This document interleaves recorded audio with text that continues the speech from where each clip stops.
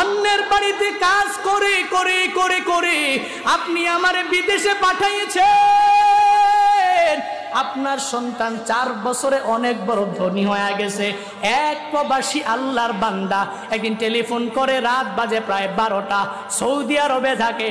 Telephone করে বলে, হুজুর একটু আগে আপনার মায়ের একটা বয়ান শুনলাম।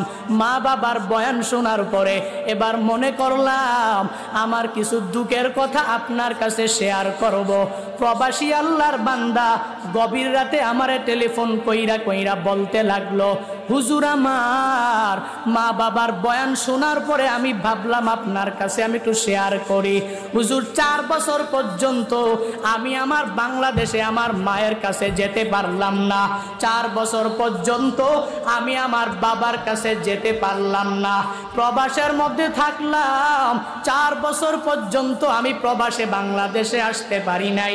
হঠাৎ চিন্তা করলাম এবার ছুটিতে একটু বাড়িতে যাওয়া লাগবে। এবার আমি আমার স্ত্রীর জন্য তো কিছু নেওয়া লাগবে, আমি আমার ছেলের জন্য তো কিছু নেওয়া লাগবে, আমি আমার মায়ের জন্য তো কিছু নেওয়া লাগবে, আমি আমার বাবার জন্য তো কিছু নেওয়া লাগবে। আমি স্ত্রীকে বললাম, স্ত্রী বলো না তোমার কি লাগবে আমায় বলো। স্ত্রী আমায় বিশাল একটা লিস্ট দিয়া দিল, এটা আনবা ওইটা আনবা ওইটা আনবা, বাংলাদেশে এটা ভালো না, সৌদি আরবে এটা ভালো, তোমার আনাই লাগবে, আনতেই হবে। হোয়াটসঅ্যাপের মধ্যে বিশাল একটা লিস্ট আমার বউ আমার জন্য পাঠায়া দিল। আমি আমার স্ত্রীকে বললাম, স্ত্রী তুমি আমার ছেলের হাতে মোবাইলটা দাও। ছেলের হাতে যখন মোবাইলটা দিয়া দিল, আমি আমার ছেলেকে জিজ্ঞাসা করলাম, হে ছেলে তোমার কি লাগবে তুমি আমায় একটু বলো না, যা বলবা আমি বাবা মায়া করে তোমার জন্য সব নিয়ে আসবো। ছেলেটাও সব একটা বড় লিস্ট আমার জন্য হোয়াটসঅ্যাপের মধ্যে পাঠায়া দিল। আমি আমার ছেলেকে বললাম, এর ছেলে আমার বাবার কাছে তোর দাদার কাছে তুই মোবাইলটা নিয়ে যাও। দাদার কাছে যখন তার দাদার কাছে মোবাইলটা নিয়ে গেল, আমি আমার আব্বাকে আমি ডাইকা বললাম, বাবা আপনার জন্য কি লাগবে আপনি আমার একটু বলেন। আপনার সন্তান 4 বছর আগেও ছিল অনেক গরিব, অন্যের বাড়িতে কাজ করে করে করে করে আপনি আমারে বিদেশে পাঠাইছেন। আপনার সন্তান 4 বছরে অনেক বড় ধনী হয়ে গেছে।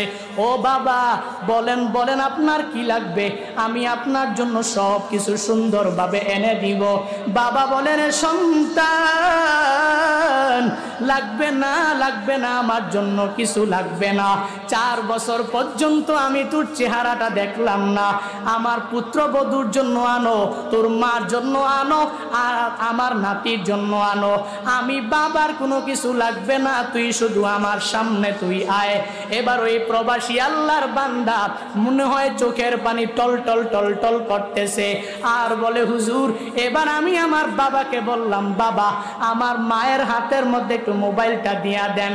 মায়ের হাতে যখন মোবাইলটা দিয়া দিল, আমি আমার মাকে শুধুমাত্র একবার বললাম, 4 বছর পর্যন্ত মা তোমার চেহারাটা কেমন আমি দেখি নাই, ভিডিও কলের মাধ্যমে যাই দেখি, কিন্তু সরাসরি তোমার চেহারা আমি 4 বছর দেখতে পেলাম না। মা আমি টিকেটও করে ফেলেছি, আগামী মাসের অমুক তারিখে আমি তোমার কাছে চলে আসব, তোমার সন্তান তোমার ঘরের মধ্যে ফিরে আসবে। ও মা তোমার দোয়ার বরকতে তোমার সন্তান আজ অনেক বড় ধনী, অনেক বড় টাকাওয়ালা, টাকার কোনো অভাব নাই, বাড়ির গাড়ির কোনো অভাব নাই। মা তুমি আমায় বলো না কি লাগবে, তুমি যা বলবা সব আমি তোমার জন্য এনে দিব। মা ডাক দিয়া বলে, সন্তান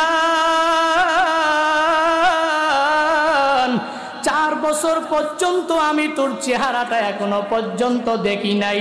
কত রাত আমি মা ঠিক মতন ঘুমাইতে পারি নাই। রাত 12টা 1টা 2টা বাজে আমি মা চমকায় তোর জন্য উঠে গেলাম। চমকিয়ে উঠি মনে হয় যেন তোর কথা আমার পূর্ণাঙ্গভাবে মনে পড়ে যায়। এভাবে